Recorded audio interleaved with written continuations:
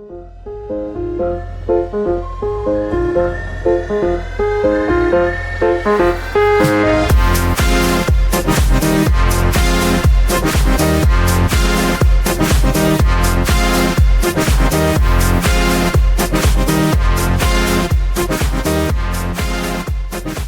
right, welcome to episode 36 of The Expert and the Idiot. Today I'm talking to Randy Pegues of Stoic Arboreals. And I mean, I've seen your animals. They're insane. The colors. Thanks. On the tree boas. And I don't know, like you don't see tree boas very often when you're just walking around, reptile shows and things like that. What drew you to them? What got you into the Amazon tree boas? So kind of goes back quite a ways here. I mean, I've been working with reptiles, off and on since I was a kid, right? I mean, my mom told me I couldn't have snakes when I was a kid. But I really jumped into it about 2008, 2009, something like that. And I was dabbling with ball pythons and green tree pythons at that time. Both of them were pretty, I had an interest for both of them. Started working with them, and I actually produced the green tree pythons first in 2011. Oh, wow. And then the same year, towards the end of the year, I produced ball pythons and just realized that the arboreal path was more of my kind of kept more of my interest there. So I got rid of the ball pythons and really started working with the green tree pythons at that time. So what happened was, when you work with green tree pythons, they're pretty delicate. And they're finicky, and they're awesome if you're just keeping them, but if you're trying to breed them, you will run into problems. That's just kind of the species. How are they delicate? The babies are hard to establish, and if their parameters are off, they're not very forgiving. Keeping like subadults, adults, no big deal. When you try to transfer adult females, presents another problem. And I just kind of got tired of taking 6 months to a year to get some of these babies established and then putting them in other people's hands. And then, hearing, a year later that the animal passed because they didn't know what they're doing or, stuff like that. So what I wanted is I loved arboreal snakes, and I wanted something similar, but there was a little bit more hardy. So I'm up here in the Northwest. I'm good friends with Nick Mutton and Ryan Young and Dayton Croydon. And we all kind of have similar interests.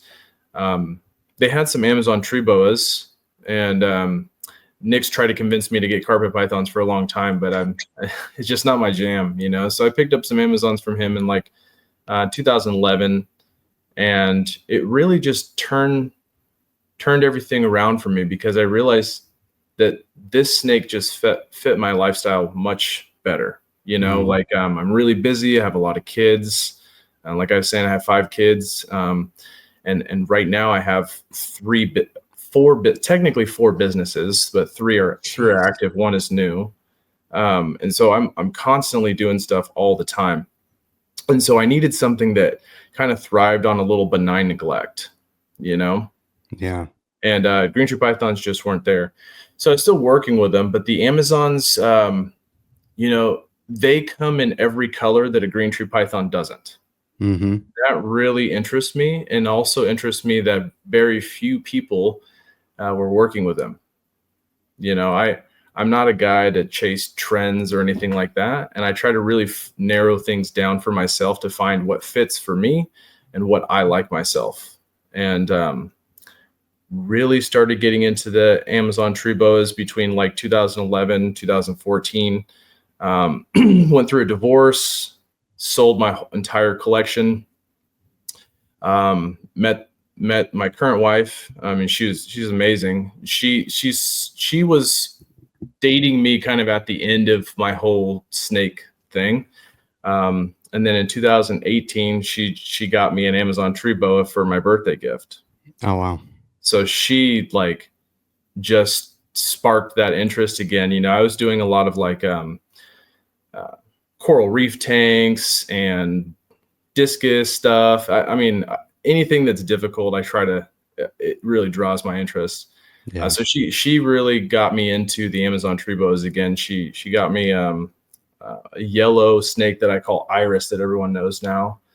And I just went into a rabbit hole and I just got a ton of Amazons. I reached out to every top breeder that I knew and the breeders that they knew. And I wanted at least 1 or 2 animals from every single top person in the States. Wow. And that's kind of where I started. I've since have pretty much, I still have some green tree pythons, but they're in other people's hands, like on breeding loans and stuff like that. So now I just work with the high-end Amazon tree boas and Dominican red mountain boas. Do you mind if I ask how many adults you have? Amazons? Yeah. Ballpark, obviously. Maybe 14, something like that. Oh, okay. Yeah. I mean, the diversity in your collection is bananas. I mean, scrolling through your Instagram, it's just, thanks. It's just candy for the eyes. I mean, yeah. you're just sitting there just indulging, and I mean that's how we met on social media. Just one of your insane animals. I remember commenting on it, and you were like, have you had an episode yet on these yet? Yeah, because I really just want people to understand, you know, you probably heard all the stereotypes about the species, you know, but really a lot of these stereotypes come from import animals that people have had bad experiences with. And I'm trying to teach people that these animals, they're just misunderstood. You know, they're super, super nervous species. And once you kind of get past that, that's where like the magic happens. Like you can just go in there and take them out and you don't have to worry about getting bit, but it really comes down to your confidence too. If you think you're going to get bit, you will. So when you say get past that, do you mean that that's a phase that they go through when they're in their adolescence, or is it something that that you just have to get over yourself? And a little of both, and it all comes down to the animals too, because they're individuals. So some of these animals, you know, they'll never come around. I do have some animals like that in my collection. They don't want to be touched, you know, and you have to kind of respect that and understand that some of these animals, regardless of the species, they just will never come around. They could still be worked with and handled without being, you know, you getting bit, but you can tell that it just presents a little bit more stress in some of the animals than the other ones. And so what I mean is really just, Kevin McCurley used to say it back in the day, is creating threads, is each thread over time creates a rope. You know what I mean? So you're trying to do these good interactions every single time to show that the animal that you're not something that it needs to fear. And that's a lot of desensitization to touch, a lot of like chin rubs, a lot of hand movement around so they can get kind of used to those kinds of things, holding them when they're young through adulthood. Understanding when to hold them and when not to hold them, like if there's food present or if they're in shed, or you can tell that the animal just has something going on, if there's an RI or something like that. I mean, you really have to be a student of the serpent and really kind of read those animals too, you know? So if somebody is reaching out to you, are you looking for a pet keeper, somebody that wants an animal to interact with, or are you kind of, I mean, it sounds like you are, it definitely doesn't sound like you're selling these animals as display only. So both, right? So I do want people to understand that if you want an animal that you can handle, a pretty arboreal snake, that an Amazon tree boa can make a good choice. If you also just want a display animal that you don't touch and you just want to look at, it also is great for that too. So it really just depends on the person purchasing the animal. And then from there, I'll kind of judge what they are looking for. And then I'll try to help them narrow it down, like for color and behavior and disposition. Okay.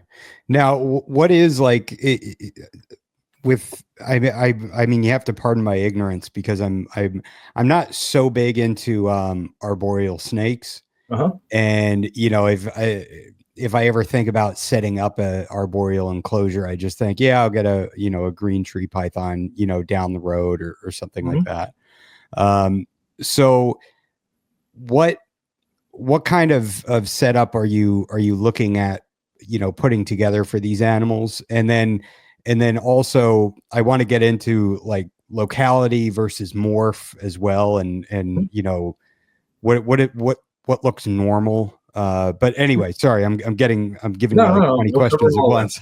Yeah.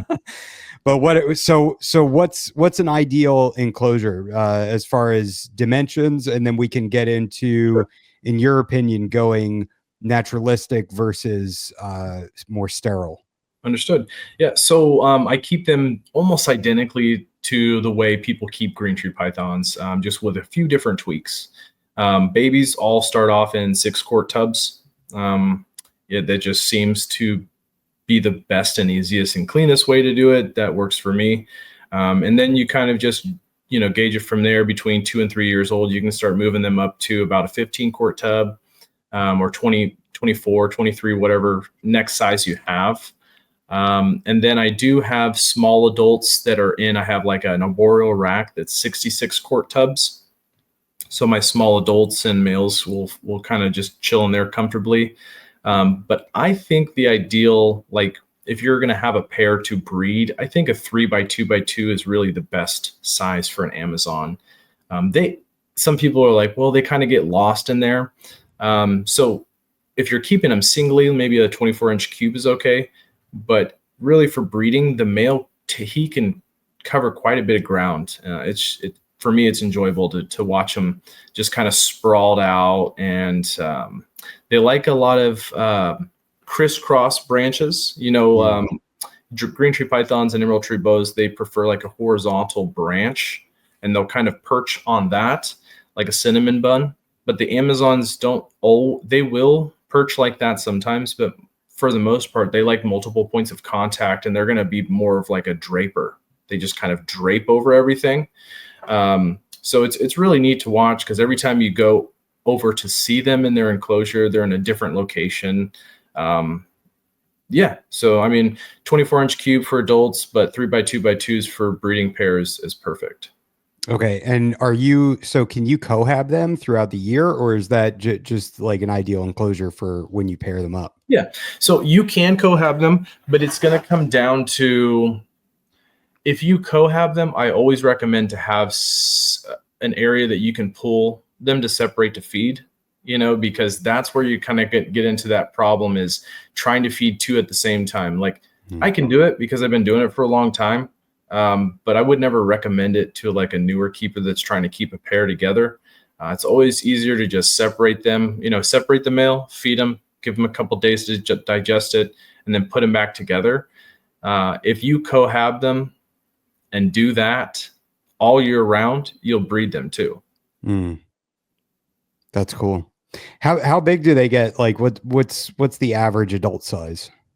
They're going to be between, like, I would say average is going to be like between 5 and 7 feet long. Whoa, holy Yep. shit. That's way bigger than I thought. But the thing is they're so slender that they give off the illusion that they're a lot smaller, because when they coil up, it's like smaller than like maybe a grapefruit or something like that. Yeah. But when they're all stretched out, yeah, that could be upwards of 7 feet long. That's wild. Mm-hmm. So, and if somebody is setting up an adult enclosure, like a 3x2, you said 3x2x2, correct? Yeah. Is with an adult animal is bigger, just as acceptable if somebody wanted to do a 4x2x4 or something and have a pair in there? Absolutely. Okay. Bigger is fine, as long as the animal, I always recommend to quarantine the animal when it first comes in, make sure it's eating, defecating, doing all the normal things, and then you can put it into something like that. I wouldn't suggest a young animal to go in a huge enclosure right away. I do have one of my clients are purchasing one of my animals here, and it's his first one, and he wants to go into a large vivarium, which is great. I tell people that's a good method. But first, let's make sure that the animal is going to be healthy and comfortable in your situation. So let's replicate the way I kept it, and then do that at your house, and then make sure the animal is doing everything it's supposed to, and then put the animal into the vivarium to see how it does. Because animals, a lot of times, are going to choose security over everything else, over temperature, over feeding, over everything else. So you have to realize that, like, if an animal is really scared and there's literally a block of ice over here and it feels more comfortable, it'll sit on that block of ice until it perishes. Yeah. As long as if it feels secure, that's just how it's going to be, so we have to understand that it's going to pick security over these other essential needs. So we have to kind of balance that out a little bit. How when you have an animal that's more timid, are they more inclined to flee, or do they bite? Do they stand their ground and get defensive? Yeah, it depends on the individual. I have, and I can't say it's like a litter to litter kind of thing, because I have mixed bags. Some of them are just the run. As soon as you open the tub, they just don't want to even like have you look at them, and other ones will stand their ground, and some of them won't do anything. They'll just look at you. So it really just comes down to the individual. How difficult are they to get established compared to green tree pythons?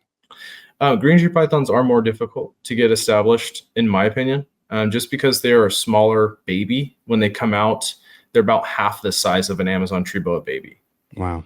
Yeah, they're very. How many babies are you getting in a litter? It'll range. Sometimes I've had a litter of 1, and I've had a litter of like 21. Wow. So it really just depends. Okay.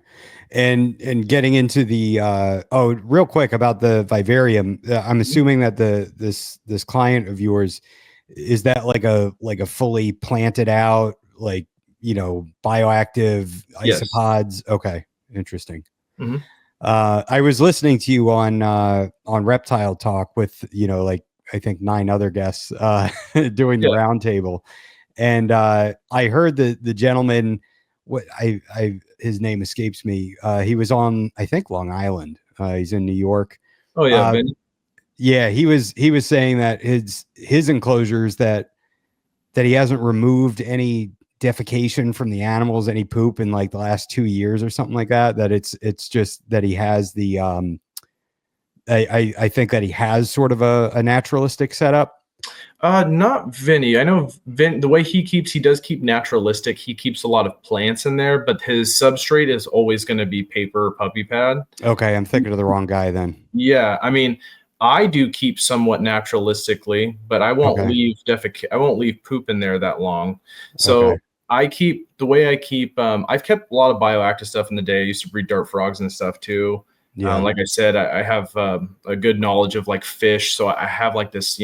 I like to kind of figure out the little ecosystem. Sure. I keep like with just cypress mulch, and I'll put pothos in there, and then I will remove physically the poop that I see, but I'll keep adding cypress mulch to it, so it does create kind of a live bioactive situation. Sure. But you got to be careful, because you don't want to swamp it out. You don't want to leave. Unless you have a lot of isopods and springtails, it's not going to really break down that waste the way you think it is. Yeah. Yeah. I have springtails in all my enclosures, and I keep on like the coconut block, and, I just spot clean, exactly. And it cleans like the remnants that you may have left behind. Sure. Yeah. And when you go and take that out, you see like how many of the little bugs are like just all over. It's insanity. Yeah. Yep. But okay. So with your background of the dart frogs and all that, and sort of figuring out the nitrogen cycle and, aquariums and everything, is that something that you're okay with, with sending animals out like that? Or do you feel comfortable with that situation? Are you ever concerned that the snake might get into trouble if there's too much misting, if there's too much humidity? And and how much do you want to mist? What's the ideal humidity? So that's why I like Amazons. They're very forgiving. And I tell people this, if you're going to miss a lot, or if you're not going to miss a lot, try to keep it consistent. It spikes and drops and, those kind of things, that's where you're going to go run into trouble. So, this time of year, my humidity is much lower because it's cooler outside, and I do keep my window cracked. So I'll keep like cypress mulch, and I'll add some sphagnum moss to it. And then I'll just kind of pour the water bowls out on that. I don't really spray my animals too much. Maybe like January, February timeframe, I might spray down the cages a little bit. I don't like to spray all over the snakes. So I don't spray a ton. I just kind of dump water bowls. That's kind of my thing. And fresh water, at least twice a week is what I aim for every animal. Okay. So you go through and are you doing like a water bowl down at the bottom of the cage, or is it mounted somewhere up where they're at? No, I just do 8-ounce deli cups for everything. I used to use like big tubs and stuff for like my larger snakes, but I don't do that anymore. I find it that if you just change it out more frequently, they'll drink more and you'll have better sheds that way. And I think the animals stay healthier. Okay. So you're going through twice a week and changing everything out? At least. Yeah.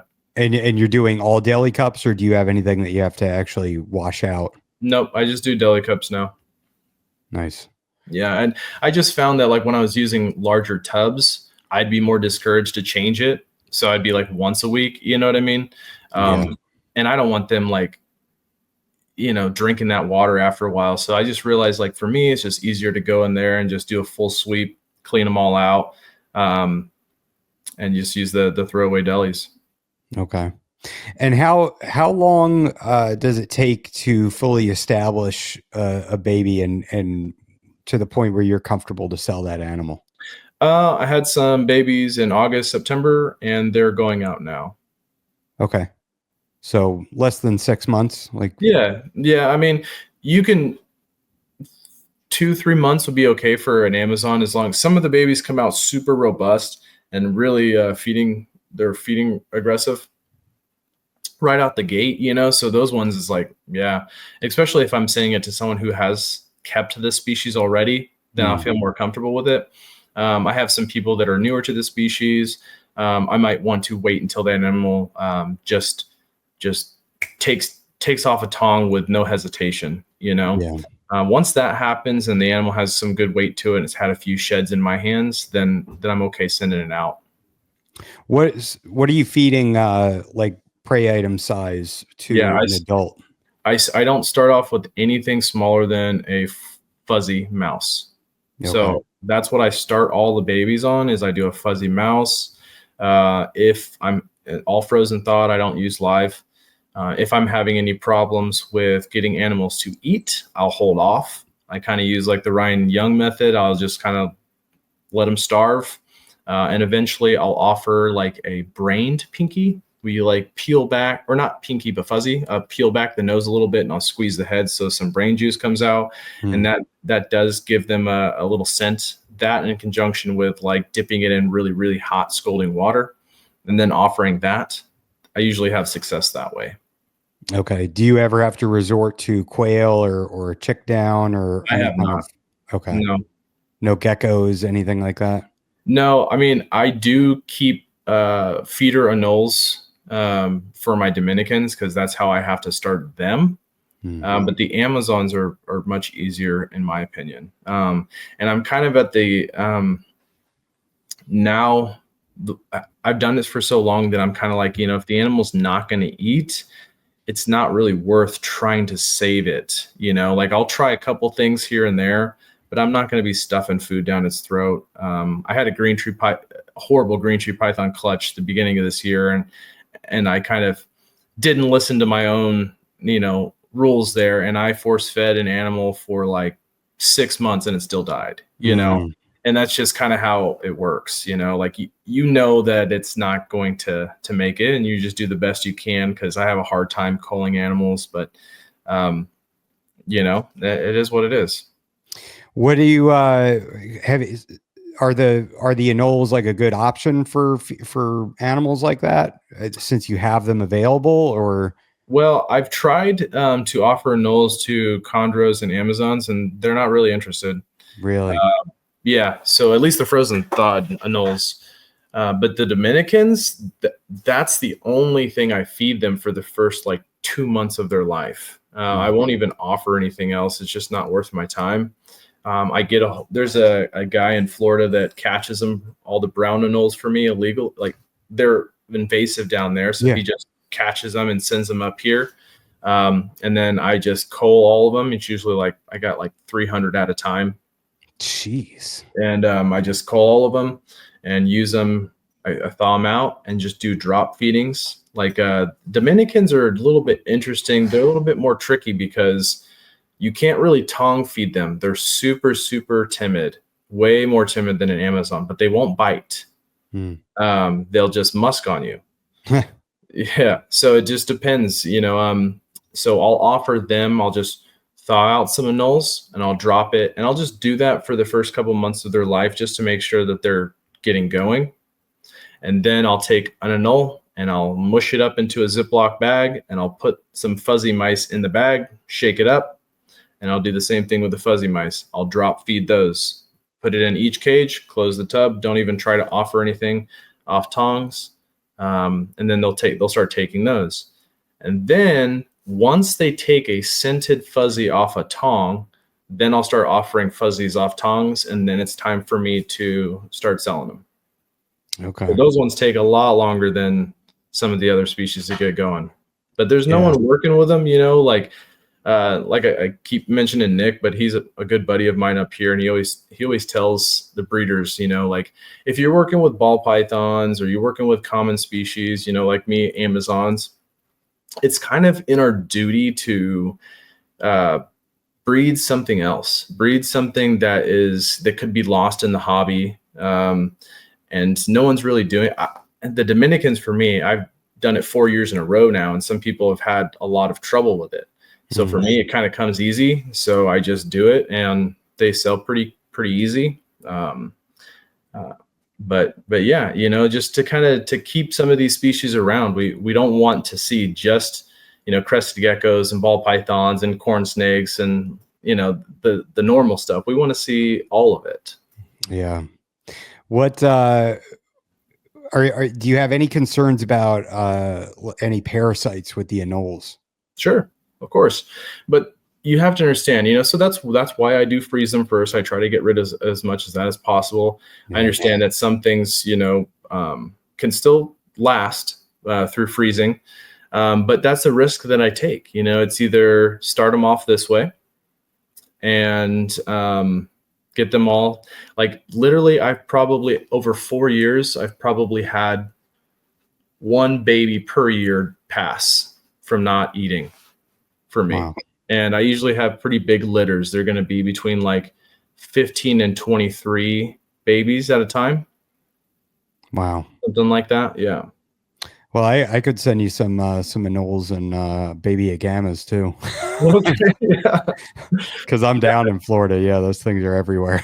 Yeah. Well, I have a buddy down there, and he just has he says it's kind of like a pastime for him and his kid. They just go through, and there's a couple big bushes that they all live in, and they just shake them into a pillowcase. Oh, and wow. then I pay him for them, you know. So he gives some money to his kid, and they have a good time, and it works for me too.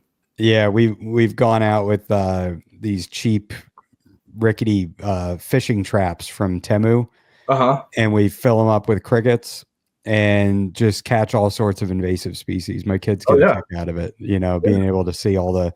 We've gotten Mexican spiny tail iguanas, the Peter's rock agamas, all sorts of crazy stuff. Where are you from? Southern? I'm like probably an hour and a half south of Tampa. Oh, okay. So yeah, it's pretty warm where we're at. So we've got a lot of different invasives here. No green iguanas or anything like that. We're not far enough south for that. Yeah, I gotcha. You know, I've lived in North Florida for a little while, up in Jacksonville. Wasn't my cup of tea, but it's still, you know, good herping and stuff up there too, when the weather's right. Yeah, for sure. So you never feed any live anoles? I have before, yes, but I have to. So I'll do my whole, you know, frozen thawed, try this drop feeding and try all this. And the ones that hold out for me, yes, they will get live. So I'll do like another shipment. Actually, none of them held out this season, so that's really good. But last season I did have some holdout, so I did get a second shipment of anoles, and then I just gave those ones some live. And I think that it only took them maybe 1 or 2 live feedings, and then they were off to the races. Nice. So many people are worried about parasites all the time, but most of these animals will have a parasite load in the wild anyways, and we're so like we want to control everything, and that's not how nature works. So we have to realize that I have, a really good vet. She'll come to my house if I need her to, or I'll go to her barn, and she'll do whatever I need to with the animals because she knows how I am. But I don't like to medicate them all the time. We have to realize that the more we medicate these animals, it's super hard on their kidneys, like really, really hard on their kidneys. And that is what I think a lot of these animals perish from more than the parasites themselves, is like kidney failure.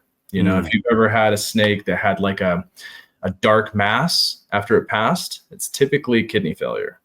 Like you'll see the snake on the belly, you'll see a black, they'll call it black belly, or like a little greenish black color. That's typically from kidney. Wow.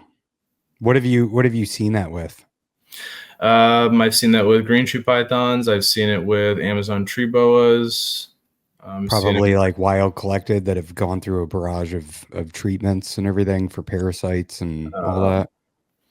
No, some of them have been captive too. So you just everything that you get could carry stuff, it's just part of keeping live animals, I'm really big into discus fish right now too. And it's the same thing. Like I get new ones and it's a possibility that they could come in and infect all of my other fish, but I have to be prepared for that. Do I have a quarantine set up? Do I have medications I can medicate the whole tank and the whole situation? Like I do. So it doesn't really worry me. When things happen, I just take care of it as it comes. And we move on.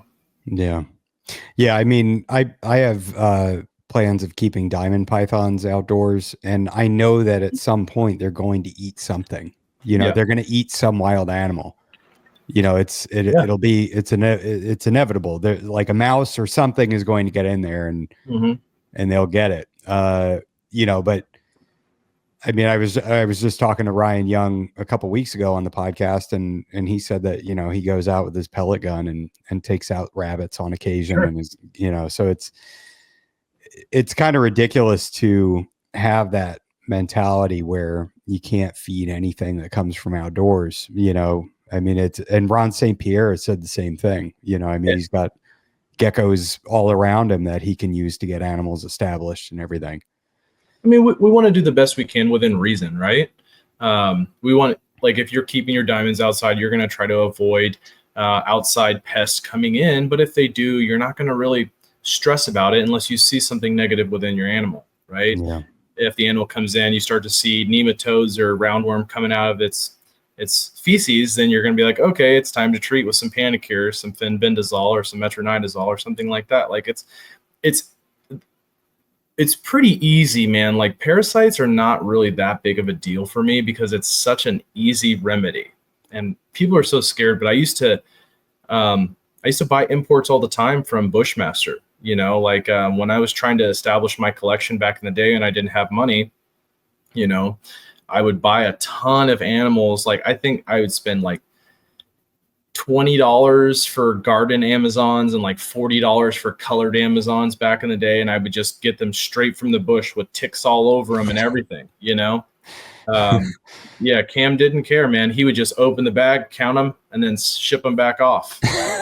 So, I learned real quick that, like, if you work with live animals, something will happen, and you have to be okay with that.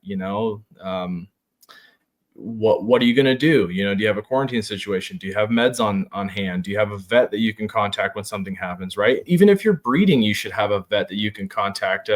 Was it 2 years ago? I had an Amazon that started retaining her ova, and I was like, man, she's due to lay. I don't know what is going on. And then one day I go in there and she had one baby. I was Mm. like, what? Like, why would she only have one baby? And then I was kind of palpating her and I felt something else in there. And I waited one more day and I was like, no, she's not passing anything. I need to go get some oxytocin, you know? So I contacted my vet, told her the situation, brought the animal over there, gave her administered the oxytocin, and she passed the rest of the slugs that she had, and the animal's safe and in my hands again today, you know? So you have to be able to be like, okay, what is happening? How do I fix this? What's my next step? What did the oxytocin do to help her pass those slugs? It's just like when you have kids, right? Yeah.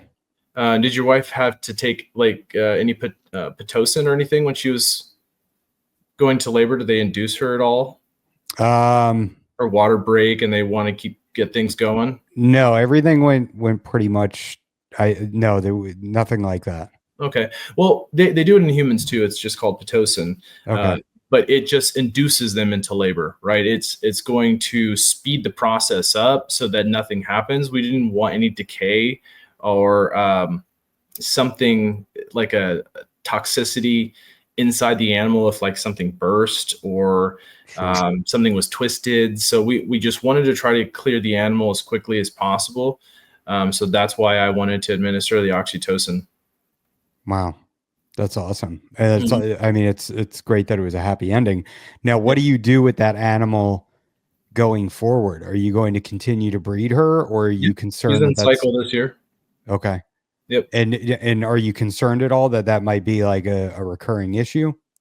It is.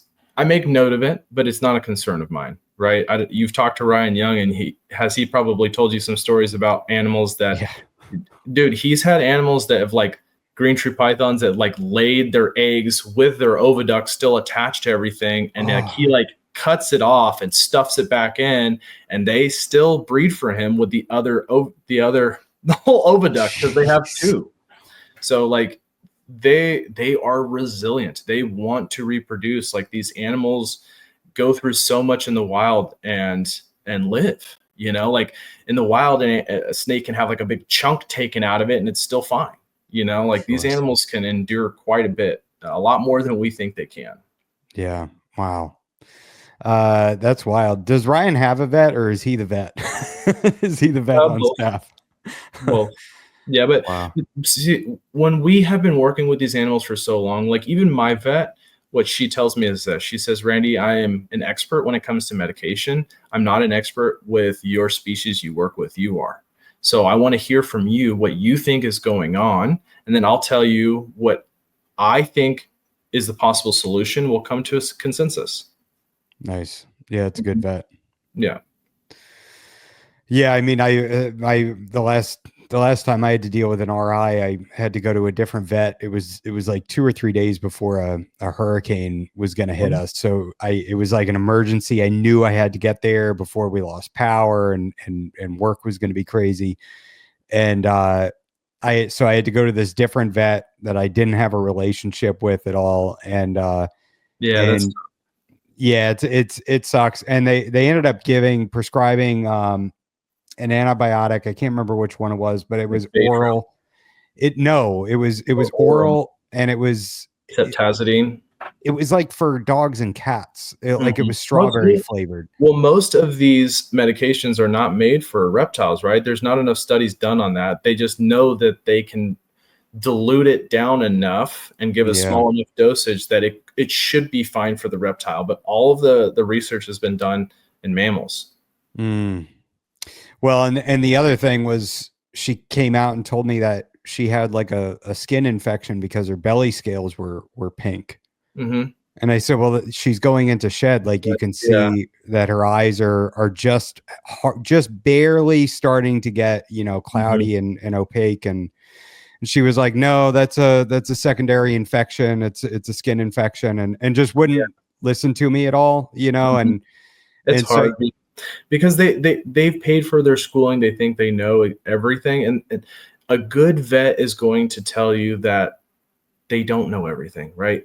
Any single expert you actually talk to about something, it's like that Dunning-Kruger effect, right? When you think you know everything, that's usually the beginning novice stage. And when you feel like the information is so vast you will never know everything, that's when you're an expert.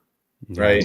When you know that it's always important to learn more, right? And that's I had to go through a few vets before I found the vet that, I use. And I don't use her very often because I know how to remedy a lot of these things, right? Like you said, you had an RI. The first thing I would do if I had an RI is I have an incubator. And I would take the animal and I would put it in a small container that has a really saturated paper towel. And I would mark the incubator up to about 89, 90 degrees.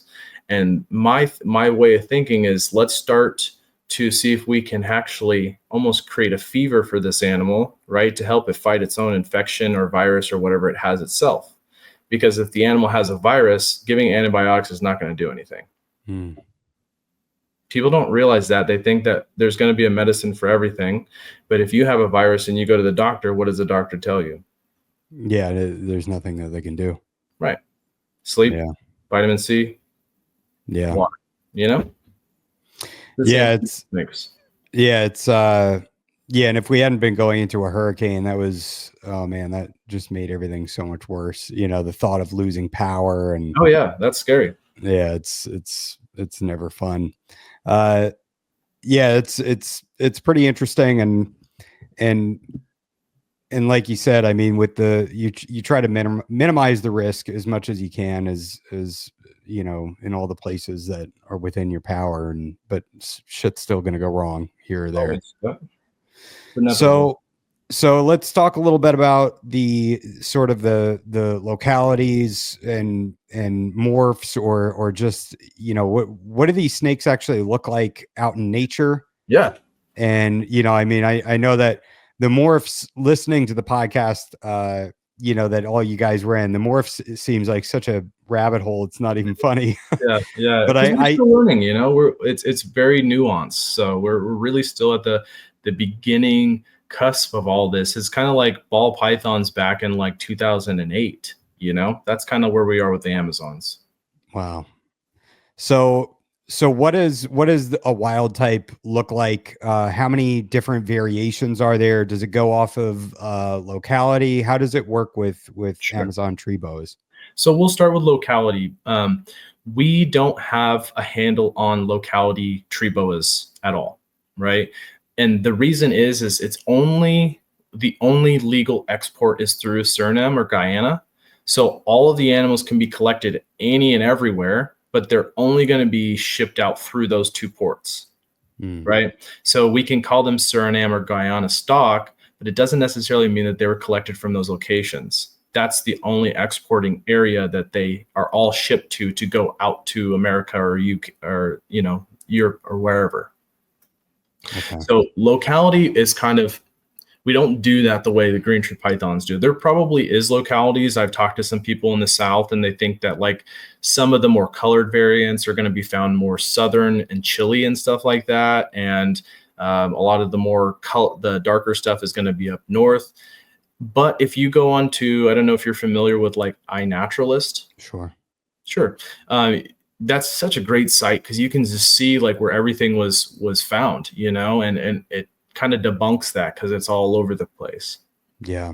So there was never enough data on localities to really make that matter. I'm sure if like maybe in the future we have information on like locality data, that could change, but right now it's just an Amazon tree boa is an Amazon tree boa. Can you explain iNaturalist for anybody that's listening that isn't familiar with it, and then how do you leverage it, and how do you use it as a hobbyist and keeper?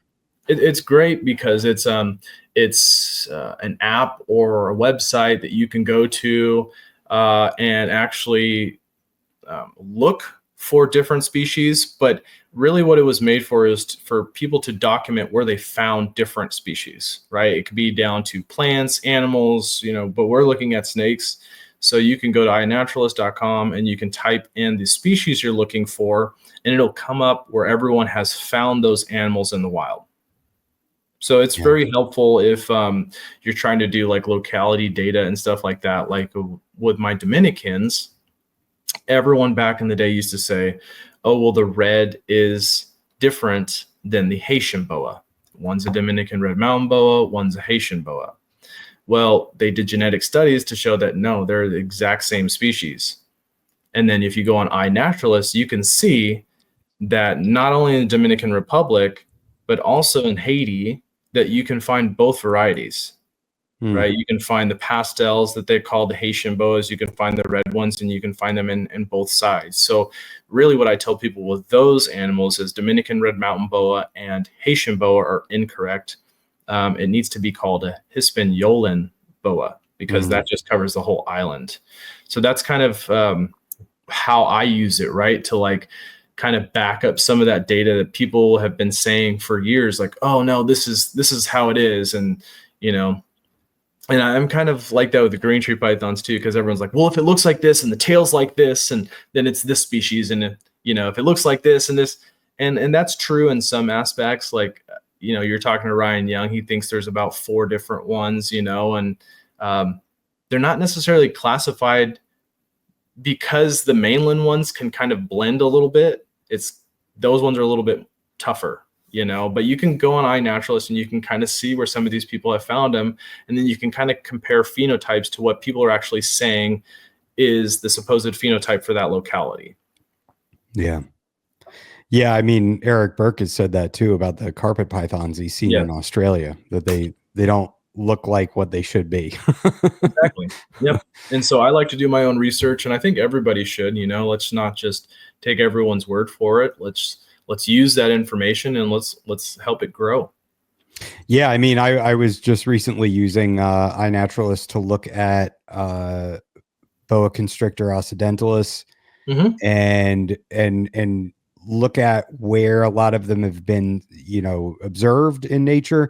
And then I was just looking at some of the temperature data, you know, like how cold does it get here, you know, and it's pretty wild to see how cold it gets in some of these places where these animals are coming from. And then also too, like the weather data is really hard to look at, right? Because you can look at, let's say Indonesia, right? Let's say Indonesia is going to be close to about, you know, 75 to 85 all the time.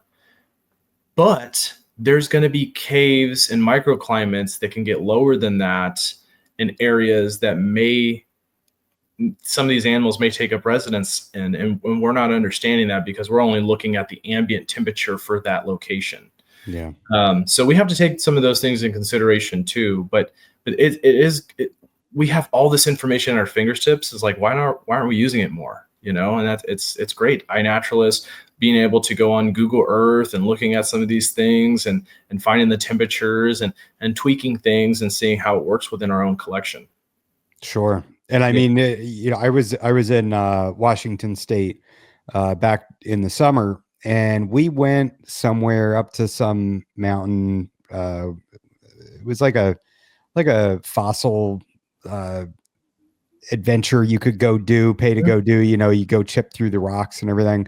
Sure. And on the way back, we went to this pass, and I mean, you know, we were experiencing temperatures in the low 100s where we were at, right, with maybe 15% humidity. It was insane, right? For me as a Floridian, it was absolute insanity. So hot and so dry, it felt like a hair dryer. Right. And then up on that mountain pass, though, it must have been like 68 degrees. Exactly. The breeze was blowing. The air was humid.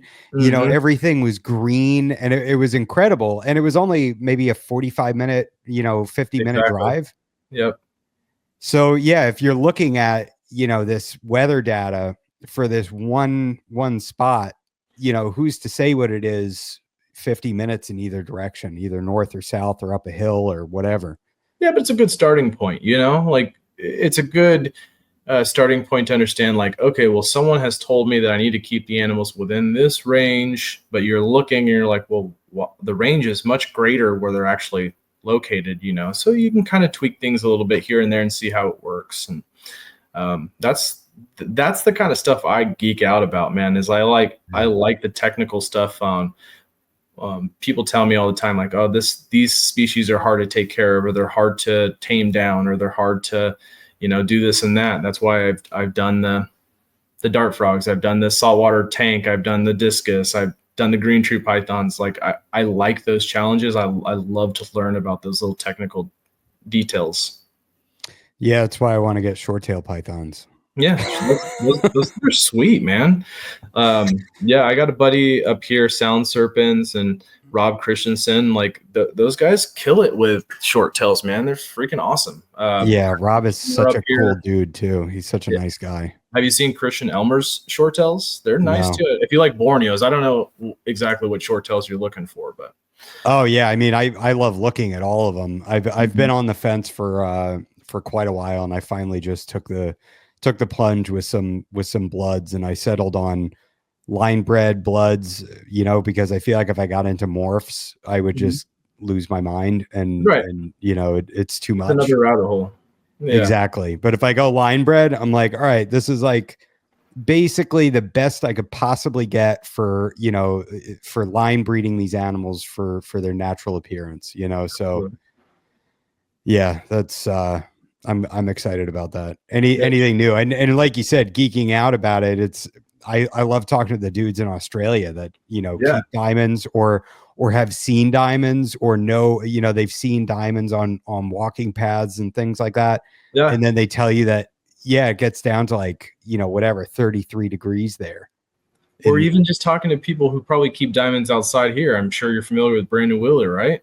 oh yeah, yeah. Another one of my buddies, and he does it, and he's produced some nice ones. And you can kind of go, okay, well, yeah, he's in California, but how did he do it? What was his difficulties? Because he'll tell you too, like the sun, like he's like, man, if I were to do it again, like I wouldn't have put him here because the tree and the way that like the sun hits it, it can't hit it all the time, so I had to add extra heat.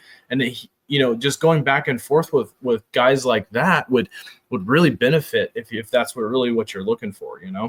Oh yeah, I had him on after his animals laid that Oh, clutch. right on. I Yeah. think he had like, was it 15 or 16 eggs, and I think he Yeah. hatched like 12 or 13 of them. I have two of the females now. Uh Brandon's awesome. yeah, he's such a good dude. And you know, I did not plan on getting into diamonds, and then when I told him I planned on keeping outdoors, he was like, well, you should get diamonds for me. Dude, they're And gorgeous snakes, man. They're really cool. That is a python that I kind of have to slap my hand on because I try to just stay focused, but I do like some other species for sure. which ones catch your eye the most? Um, Probably Amazon basin emeralds. Mm. Those really catch my eye. Diamond pythons really catch my eye. Spilotes, tiger rat snakes. I love arboreal snuff, man. Like I do love the look of like a blood python and short tail, but for me, just like I don't want to always keep everything in a drawer. I want to be able to like go in my room and look around and just see eye candy everywhere, out and sprawled out, right? When people go in my room, they're like, it just looks like Skittles because you got like yellow and red and black and all these different colors, and they're all just kind of spread out all over the place, you know. Yeah. That's what I love.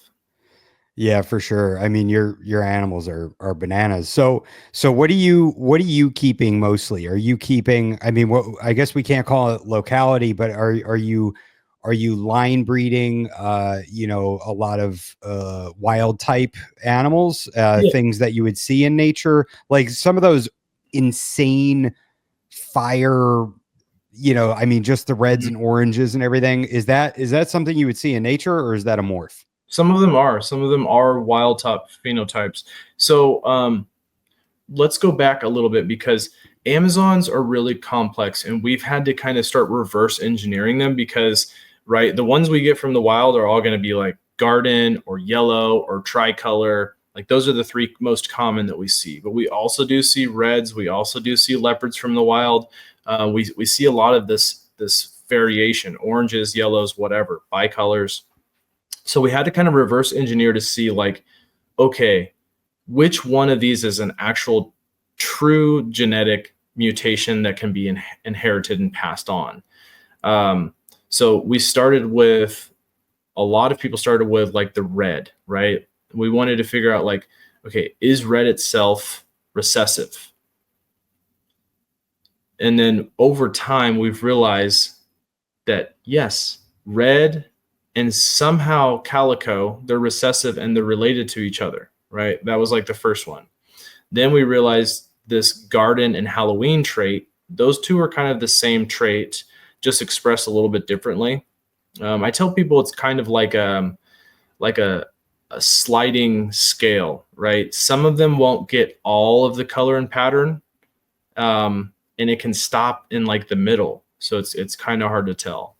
I would say if we're talking about what a normal, like quote unquote, normal Amazon looks like in the wild, to me, it would be yellow or tricolor. That's a normal, right? Okay. And then we can have some variations from that, like bicolor and orange. But I think the yellow and the tricolor are normals. And then from there, we've realized like, okay, the garden and recessive, although that is ubiquitous in the wild, it's because that phenotype is so successful, right? And a lot of times in the wild, we see that the dark genes, although they may be a recessive trait, they're very prolific because they can keep reproducing. They're successful in the wild. So that's what we kind of realized with the gardens is actually that's a recessive trait. It's exanthic, you know? And the yellow is the normal looking animal. The garden, although we see a lot of the gardens and people think, well, that's just a common Amazon. It's actually not. We have to kind of look at the genetics and go backwards, you know? So that's kind of where we started. Okay. We knew that the red and the calico and the garden and the Halloween, these are both recessive traits. Now, where do we go from here? You know? So go ahead. So are you breeding? So how are you pairing up, and then what are you seeing in a litter? Like if you were to take like a Halloween, what are you pairing that with, and how are you kind of like deconstructing this and trying to figure it out? Yeah, so we do a couple different things, right? The first thing you want to do is you want to pair it up to something that looks like itself. You want to try to find, two gardens or two yellows or two reds, right? And you want to try to do like to like first to see how that's replicated. You take two reds and you breed them together, and you realize that most of them will be red, but you'll still have some yellows here and there, right? And then you start to do this over time, and you start to realize like, okay, if this was a dominant trait, I would never see any of these yellows, and you can produce reds from two yellows. You can produce gardens from two yellows, so these are clues for us to say, okay, well, look at that litter. How many babies did it have in it? Which ones were gardens? What did the parents look like? And me and my friends, we just go around and look at all these litters over the years. And we just say, okay, we'll look at this one, right? If these two animals were yellow, they bred together, they had 4 babies, and one of them was red, that is your clue to say that both of these yellow animals are now they are 100% heterozygous for red, right? So they are carrying a red trait. Let's try this again.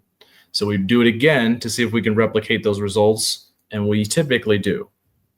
Then once you do like to like, you have to kind of prove it out. So how do you prove that out? Well, you have to be able to replicate the look first.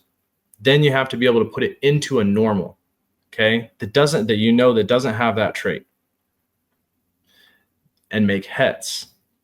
So you have to go backwards, and you have to do this work, and it's difficult because that's why I have some imports in my collection. I have import gardens and import yellows that I want to breed into so that I can make heterozygous animals that are not related to anything else in the States, take those animals and the babies, and I can either breed them back to the mom that had that trait or dad, or I could breed the babies together. And that's going to show you right there, okay, is this recessive? Because if you're breeding those babies together, they should have the same genetics, and that should be able to replicate that recessive trait you're looking for. Wow. So it's going to take years, right? I'm working on a project right now. Calico is, for some reason, it's only associated with red, the color red. So there could be other calicos that are different colors. We haven't proven it out yet. Myself, I'm working on something that looks like calico, but they're yellow animals. I know some other people are working on some similar projects with orange looking animals that have similar calico characteristics, but we can't really call them like yellow calicos or orange calicos because we haven't proven those out yet. So that's what I'm doing is I'm breeding these two yellows that look very similar to each other. I have some animals here on loan from other people that have these similar looks, breeding these animals together. And, the first thing that happens, like, okay, we popped out some more yellows. Well, we have to hold these back to see how they're going to progress. Are they going to get this black pigment like the dad and mom?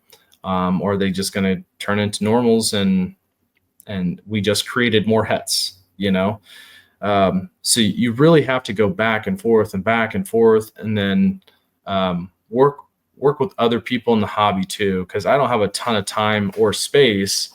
So, I'll put animals out on loan, or I'll put animals that I have question marks about in good people's hands to say, hey, let me know how this one looks when it's older, so that I can kind of come to a consensus on if this project is viable, if it's going anywhere.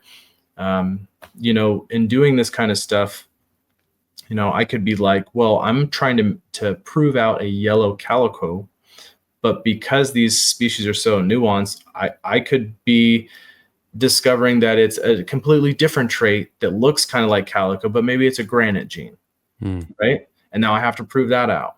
So it's a lot of back and forth, man, but it typically takes about 6 to 10 years for you to prove something out. Wow. Mm-hmm. How long does it take for an animal to sexually mature? Amazons can mature fairly quickly. I've seen people get animals as young as 2 years old to breed. Whoa. That doesn't work for me. My animals are always about 4 to 5, and I just kind of feed slowly. I don't stress about like power feeding them as babies. My babies are all going to eat about every 7 to 10 days kind of thing. And then the adults, like, they'll go 2, 3, 4 weeks, depending on the time of year, between feedings. I don't like to feed a lot. I feel like we can keep these animals a lot longer if we kind of reduce some of the calories we're putting into them, just like people, right? You look at people that are putting way more calories into themselves than they need are not going to live long. That's just kind of how it goes. The longest lived people in the world are typically small little Asian people, right? And that's because they take care of themselves and they don't consume a ton of those calories that are unneeded. And it kind of just goes back and forth on that, So that's kind of how I look at it. What are you feeding your adults? Adults will get small rats. I do have some animals that can take probably a medium rat, but small rats are pretty common across the board for adults. Okay. My males, I do keep small. I don't like big males. I want them to want to breed. I want them to want to be hungry all the time. So the biggest, I do have some big males that could take small rats, but I don't like to feed them small rats. I'll feed them like really large pups. I might feed them a little bit more often, right? Like maybe once a week or something like that during the season that I want to make sure that I have enough fat reserves for them to go into the breeding cycle. Because a lot of people don't realize it's not just the females you have to worry about, but your males too. They need a good fat reserve on them because the males can go off feed, and that could present a problem later too. What about so do you cycle, and if so, how are you doing it? With humidity, temperature, food, like how are you cycling your animals to prepare them for breeding? So I do cycle, but I kind of do like a lazy man cycle. I want to keep it simple, and I want to be able to, like, when people come to me and they say, hey, I want to breed these animals, how do you do it? And a lot of times the breeders will come up with this big recipe on, exactly when they drop temperatures and when they stop feeding and when they start feeding, and they do all of this. For me, I like to keep it simple. With me, it might be a little bit easier because we do have 4 true seasons up here. So we do get like a barometric swing. So, the animals, although they're inside, they're going to experience all of that, it's actually cycling the room without us even really doing much. I keep the window cracked all year round. Wow. And so my heater is going to work harder at some times of the year than others, which will dry it out. Versus in the summer, it'll be a little bit more humid, and I can open that window. And I live in the Pacific Northwest. It rains all the time up here. So it really just depends. I say for anyone that's trying to breed these animals, the breeding season is typically in the late winter, early spring. If you're going to breed Amazons, that's typically most people's best bet to pair them is between like January and March or April. That's usually when they're going to want to do their thing. But if you are not having good success doing that, if you just keep your animals together, like I was saying in the beginning of the podcast, and you separate them to feed, and you put them back together, and you separate them to feed, and you keep doing this all year round, you will figure out what your animals are doing. They will cycle regardless if you do anything or not. And so a lot of us kind of accidentally cycle our animals without us really trying to do anything. And that's kind of where I fall into the category, like I said, I have 5 kids. In the summertime, we're typically pretty busy doing stuff, going to the pool.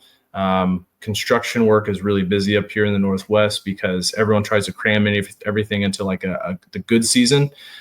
So I'm really busy. I work a lot long hours. So I don't really play with the snakes as much, right? I just kind of maintenance in the summer. And then I feed really, really heavy in the fall because I'm getting ready to breed them. So I make sure all my animals are going to be nice and healthy. So in the fall time, I do focus on feeding large meals a little bit more often. And then again, you go into that winter time and it's the holiday season and family and that kind of stuff. You kind of slack off a little bit more, right? You're not feeding. Maybe if you're feeding every 7 to 10 days, you accidentally, now you're at 2 weeks or 3 weeks, right? Because you got family stuff going on. You had some vacation or whatever. And then you're like, oh shit, like now I got to put my animals together. And then you're going to start feeding them again. And this, as we get closer to that springtime again, you're going to want to start bumping that food up again. So we do this cycling without really intentionally thinking about it. We just have to find really what works for our animals. Amazon tree boas are a type of species that you don't necessarily have to try to cycle them for them to breed. So a lot of people get discouraged about, green tree pythons or emeralds or something like that because you're like, oh, well, they said I have to do this, this, and this. You have to kind of find the rhythm to your room, and you'll know. Like for me, I'm very visual and observant, and I notice like if the snakes are doing something completely different, or if my males are cruising a lot at nighttime, and I've just fed them the other day, like you start to put these clues together. Like, well, why is that? Ask yourself these questions. Why is my animal acting different now? Is it sick? Well, maybe there's a female that's in the room that's cycling, and you didn't even know. But these males are going to give you clues. You can have a male in the way down in the corner just cruising like crazy, and he can sense a female all the way on the other side of the room that's going through a cycle, and you had no clue because you weren't ready to do it yet. So clues like that are just good. Like, okay, well, maybe even though this is not the time that Randy said is their typical breeding season, let's put them together now and see what happens. People have had success breeding them all year round. It's a type of species that a lot of people have told me, like, oh man, I used to keep Amazons back in the day. They're my first species and the first species that I bred because I did it accidentally. That's kind of cool. Yeah. I want to get a pair now. They're super easy. And you kind of just have to get over the fact that they're very, very nervous. So I always recommend to try to get a young animal so that you guys can grow with each other. But when you get over the fact that the animal is just being defensive because it's scared and nervous all the time, you start to really understand that the animal really, they're a very curious species. They like to check things out, but they want to make sure that they're safe first. So they're going to make sure that they're safe first, regardless of how you feel. until you give them that comfort of knowing that you're not anything that's going to harm them. It takes a long time. Hey, as somebody with anxiety, I know where they're coming from.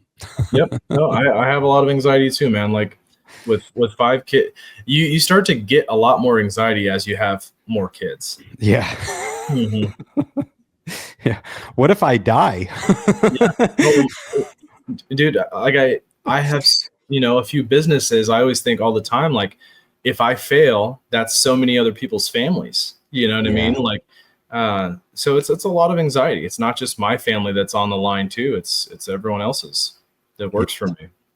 Yeah, it's wild. It kind of, but I mean, you can use it as a tool too. It can drive you. That's for damn sure. Absolutely. Yep. So I don't like excuses. I got to get it done regardless. Yeah, hell yeah. So you had mentioned kind of entrusting these animals to people that that you can check up on them and see how their colors have changed and everything. How much does their color change from their birth date to being an adult? A lot. A green tree python usually starts off between like yellow and red, and then they'll turn green. And there'll be different variations of green, right? Like as you've seen. Amazons are a little different. Some of them can be yellow as they start off as a baby, and then they can turn into a tricolor or bicolor as an adult. Or you can start off with a yellow animal and it can turn red as an adult. Like they are completely crazy across the spectrum. You can have a Halloween animal come out black and orange, and then it loses the orange and it turns white and black. They do change from babies to adults. Every one of them will change at least a little bit. Wow. Mm-hmm. That's wild. So how long do you have to, are you holding on to everything to see what they're going to turn into? No, I take a gamble, right? Because I've been doing it long enough. I kind of like look at the ones like, okay, I'll keep these couple back because it's either a project that I'm working or I really like the way the animals look. And if I sell an animal and it gets into someone else's hands and they're just like, wow, look at how crazy this animal is, it's just good advertisement for me too, So either way is fine. I can only keep so much. I have a little reptile shed. It keeps me nice and humble, so I can't keep more than what fits in there, right? So I typically keep 1 to 2 snakes per litter, and I sell everything else. What's the dimensions of your shed? It's like 10 by 9. Oh, wow. That is small. It is. Wow. Yeah. You should get like a 20 by 30 and then have so much more space. Well, right now the goal is working on some commercial property for my businesses. Once that gets going, then hopefully next year we're going to be upgrading house. So nice. I'm the type of person that we can live within our means until it's time to go to that next step. I don't like living outside my means at all. And we're getting there though. We're getting pretty close. Up here in the Northwest, it's a little bit more expensive for the houses that I want. So I have some land, but I'll probably either buy another piece of property and build, or I'll find something and remodel. But for now, we're comfortable and everything's fine and working. So I'm very content with that. Yeah, hell yeah. I mean, the delayed gratification is a good thing. It's a good thing to have. I mean, right now I'm keeping everything in our house, and thankfully my wife is okay with that, and she's cool with it, and but eventually it would be fantastic to have a building, where I can just have everything in one spot, temperature controlled, humidity controlled, all that. Yeah, and my little shed, it's perfect because like, it stays. So if I lose power, I just shut the window down and close the door, and it'll stay between 65 and 75 for 24 hours or more, even with no power in there. So I insulated the shit out of it, and it's small enough and there's enough in that room that it kind of keeps the temperature very well in there. And then go ahead. What kind of insulation did you use? Like spray in or No, up here we just use bats. I just use bats but I also caulked all the sills and so the framing too. A lot of people don't realize that a lot of the vapors can get through some of the framing. So you want to caulk all your 90s and then you put the insulation in. If you don't have spray foam, and that just helps seal it up. And then you put your drywall on, get it all mudded and taped, and caulked everything to the windows and doors and trims, and pretty tight. Nice. Yeah, I was kind of pricing everything out for the building, just to get an idea of what that would be. And man, that spray in insulation on a 24 by 35 building is a lot. It was almost as much as the damn building. Yep. Yeah, it's a pretty expensive stuff. But there's different ways to go about it. But down in Florida, it's hard to do anything other than the cellulose stuff, I'm sure, because of the humidity. Yeah, the big thing is keeping the heat out, like, because it can get so insanely hot with the sun and the humidity. Yeah. That's so cool though, that you're able to do that in that building and control the temperature and keep it in line like that. Yep. How do you heat your enclosures? Are you doing radiant heat panels? Are you doing a basking light? So I keep the room about 77. I have a small little cadet heater in that room. It's just a wall heater that's a low wattage. It's a 500 watt in-wall cadet heater, and that keeps the room at about 77. Like I said, I always keep the window cracked.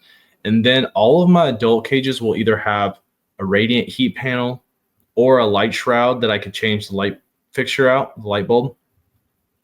But when they haven't ovulated, I don't turn those on really. They may stay at about 82. I don't really like anything to get hotter than 82 until after the female ovulates.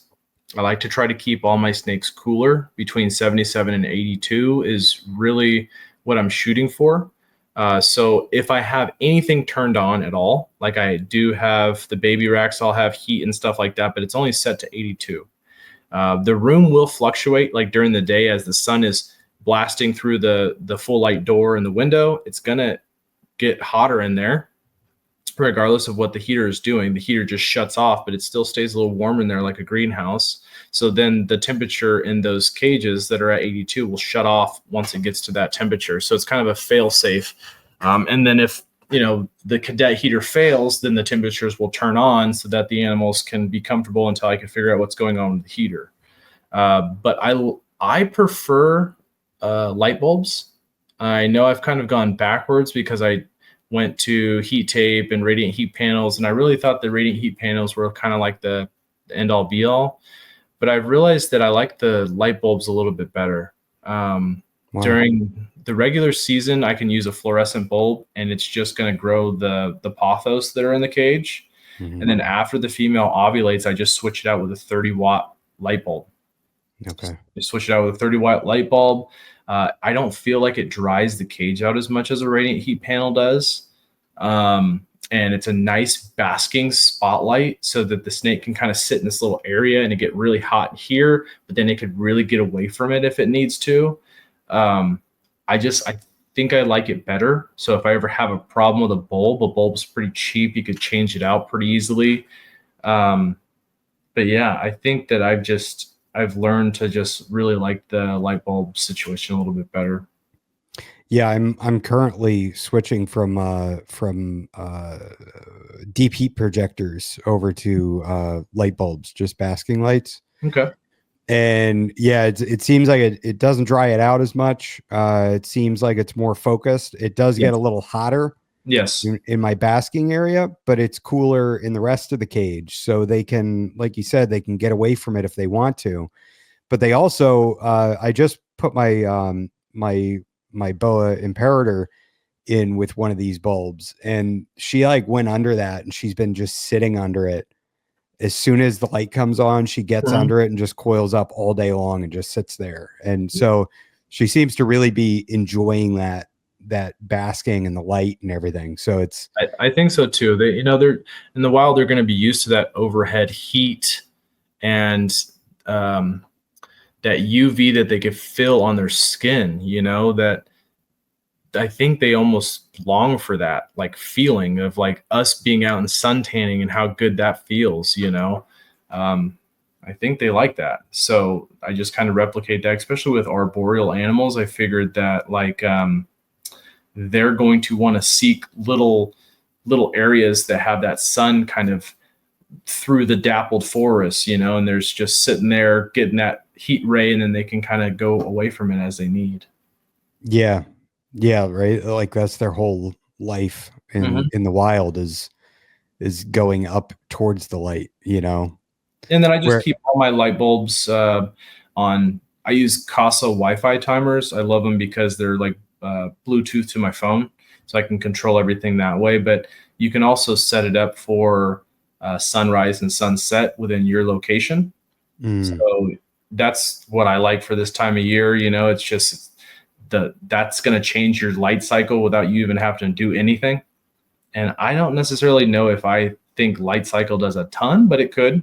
And that's something else that I do is I keep all my Casa Wi-Fi timers set on sunrise and sunset. that's so cool. I know Eric Burke does the same thing. He told me about it. I have,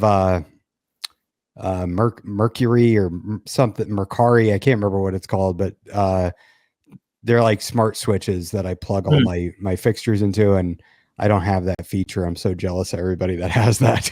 Yeah, the Casa Wi-Fi timers, they're really good. I've learned about them through like my fish stuff because a lot of people use them for that. And there's a lot of trial and error through different brands and stuff, but the Casa ones just work really well. So that's the one that I use for everything. Right on. Well, yeah, that's kind of cool that you're, that you're giving them the basking opportunity and everything, and kind of recreating that. And you said that you're giving them UV lamps as well.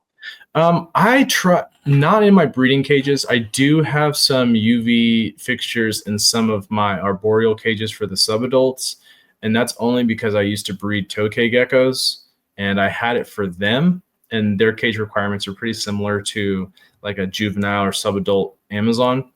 So after I got rid of the tokays, I just kept the fixtures in there to say like, is it going to do anything? I haven't noticed anything different, but if you have an animal with an RI, I think the UV could help. That in conjunction with, like I said, kind of creating a fever for the animal, put it in the incubator if you can, and not just bumping temps up in the cage, because the animals can seek cool areas. The animal needs to be restricted to those hot temperatures in order for it to help kind of create that fever. Yeah. Yeah. I built myself a sauna that I use, and when I'm Mhm. sick, nothing Yes, feels better than going in there and like 180 absolutely. degrees. Just Yeah. getting it all out. Yeah. Opens up the sinuses and Yep, everything. And then absolutely. like this time of year, I mean, I know I say it's cold. It's like 43 degrees. That's probably the coldest we're going to get here. But I Yeah. mean, going in It there when it's was like, cold in Florida, man. I remember when it was like 60 in Jacksonville, I was like wearing a parka. I, You yeah, know, Up here, I it's like 55 and sunny, and we're in a tank top.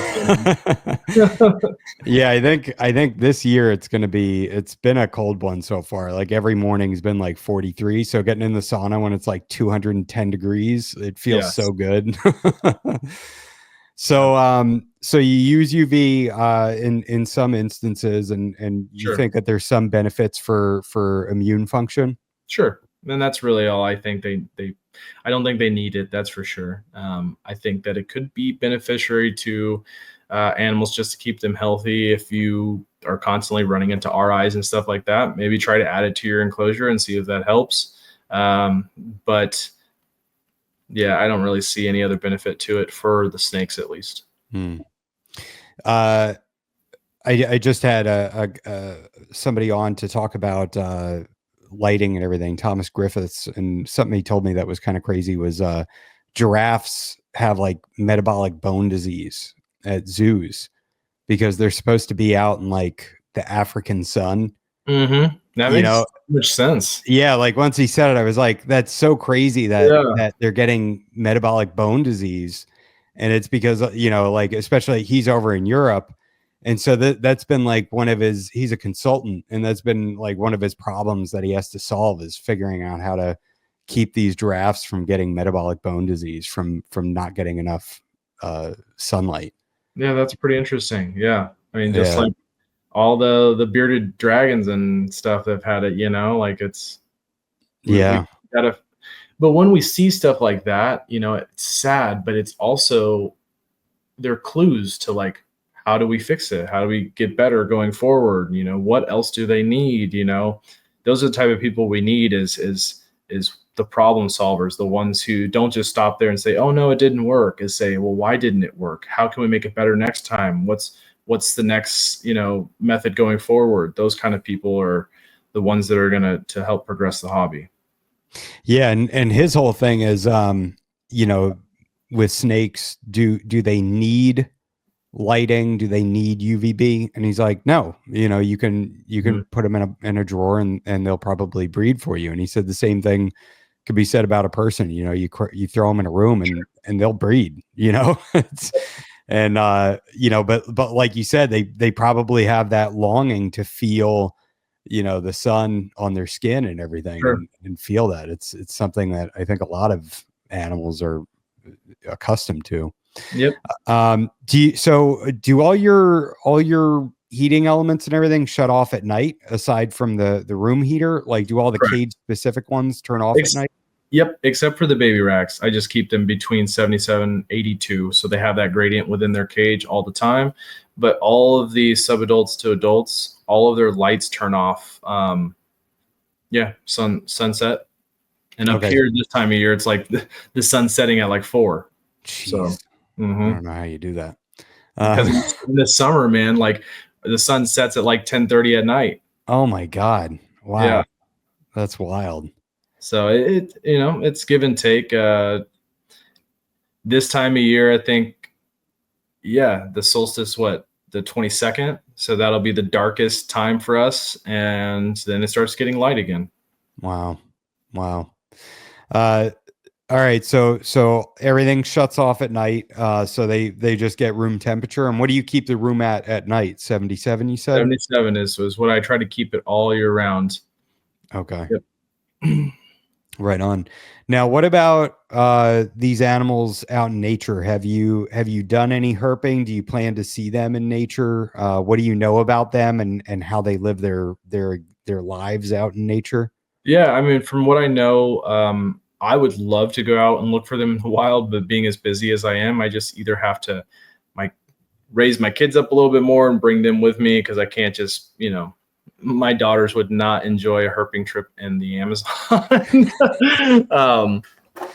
My older boys might, but I try to talk to a lot of people down there so that if I do want to go, there's some people that I can contact and go and check them out in the wild. And that is something that I'm definitely interested in. Because like I said, I don't just keep the snakes, I keep the fish too. And the discus are from South America as well. I'd love to see a lot of that stuff down in South America.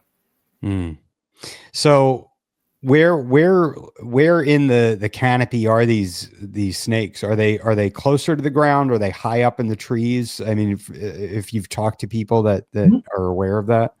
So they're literally everywhere. I mean, this is a snake that you can find in a lot of areas where there's people too, right? So like structures that people build, they'll see them up in their the eaves of their house. They'll see them on trees and bushes down low. They've seen them crossing streets. They've seen them super high in the canopy when they're looking up for birds. So they're really, I use the word ubiquitous, but it's so accurate with Amazons because they're everywhere in South America. Which countries do you find them most in? Well, like I said, we don't necessarily know for sure. You're kind of looking on iNaturalist and you can see some, but like I said, most of them are going to come from Suriname or Guyana. Yeah. That's just kind of where everything has been exported out from. So that's where most of our information is coming from. Are they protected, or are they doing well? It's not necessarily the species that are protected. It's the different countries down there that don't allow exports. So that's why these animals, although they may be found south, are then trekked up to those locations that they could ship out legally. So they're being collected illegally? They can collect them anywhere. You just can't ship Okay. them out from those areas. Oh, okay. Mm-hmm. All right. So it's just a longer journey then for the animal. Yes. Mm-hmm.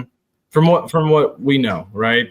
And in the West Indies, nothing is allowed to be shipped out at all. Like the Dominican red mountain boa is what's here is what's here. That's it. Yeah. What drew you to those? The Dominicans. Yeah.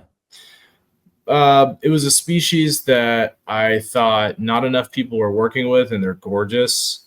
It's kind of like an arboreal Brazilian rainbow boa. And so it really started drawing me to them. I like the fact that they're so docile as a youngster. They do musk, but like they'll grow out of that. And so for some people, they say, I'd rather the snake bite me and it grow out of that. But other people don't want the snake to bite them at all. So I kind of point them in the direction of the Dominican red mountain boas, because they're very close mouthed until they get into like their reproductive cycles. Okay. I have Timors. I'm not a fan of being musked. Yeah, and Timors, from what I know, that they'll bite too quite a bit too, right? Mine don't. Okay. But I've heard that they can. I think Ryan said his female is not shy about biting him. Yeah. I had one of them bit me one time, and it was in shed, and I think I had to move it out of it wherever it was at, and yeah, didn't appreciate that. But it honestly shocked me, because generally they're just so nervous and they just want to get the hell out of Dodge. You know, they just want to get away from you. Yeah, the Dominicans are not bad. Like as you work with them, they'll kind of grow out of the musking stage.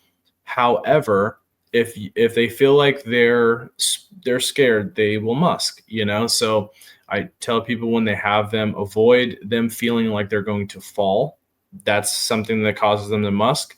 Don't squeeze them. That'll cause them to musk. And if you can, and don't try to like force them out of the enclosure. If you can avoid those three things, then the animal will come around.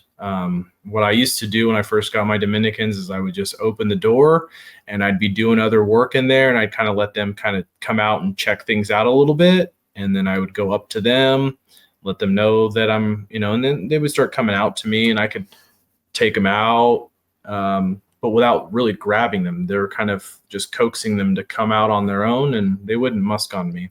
But like if I bagged that same animal up, put it in a bag and took it to an expo, and then tried to take it and show everyone and put it in it. And that's what happened before. I took an animal that really doesn't musk, and I took it to an expo to show people the colors, and it musked everywhere. It was disgusting.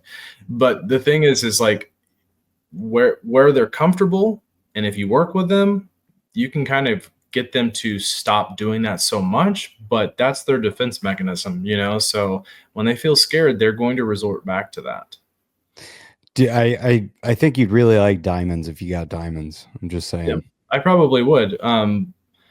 But I'm trying to make sure that I really want to focus on the Amazons right now.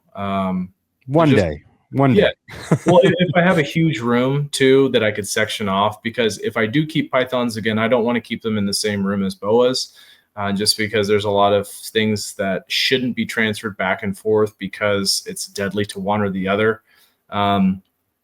So, just a little biosecurity. I would want rooms that are just like, here's a python room, here's a boa room, and then here's a baby room kind of thing. Mm-hmm. Yeah. So we'll see. Yeah, they're just so chill. I mean, I can't believe how chill they are. And they're I mean, Brandon got these things. He got them slamming mice, and shipped them out honestly a lot earlier than I anticipated. They got stranded at a I think it was Kansas airport over the weekend. And he was like, they're gonna be fine. Try not. Probably Indianapolis or Memphis, probably Memphis. Yep. Yeah, it's probably Memphis. Everything gets stuck there. Yeah, it was Memphis, Tennessee, and And so they ended up coming, dude, and they were totally fine. Bright eyed and alert when I took them out, and man, they're slamming mice and just totally chill and laid back too, which Yeah. is so nice. I mean, you could just take them out and they don't care. They're not afraid of anything. It's awesome. Yeah, it's definitely a python species that interests me for sure. But if I were to ever really get more pythons, it would probably be chondros. Like Yeah. I said, I love the arboreal snakes. I don't like things that get too big. I like things that stay a small size, very pretty, and that's just kind of my thing. I like them to be front and center. So when you're going in the room, you're not like, yeah, here's my snake underneath this hide, and you have to like show everyone, like pull the drawer out, take the hide off, dig it out. I want to be able to just have people like come in the room and see it. Yeah, for sure. With the chondros, are you into the designer chondros or localities? More of the localities, locality crosses. I think that stuff's pretty neat. I bred some Waminas and some Jayapuras. Yeah, those are the two that I've produced. Multiple different Jayapuras. Those were my favorite, is the Jayapuras. They stay a little smaller, nice blue stripes on them and stuff like that. And they can have both red and yellow babies. Nice. So those are the ones that I like, but I'm putting them in friends' hands and they can kind of do with what they need to. And, I think green tree pythons are really cool.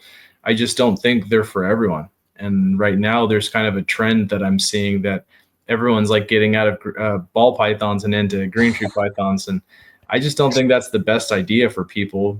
But I know people are going to follow trends that regardless of what I say, because it's the cool thing to do right now. Yeah, ball pythons are they're not having a great time right now.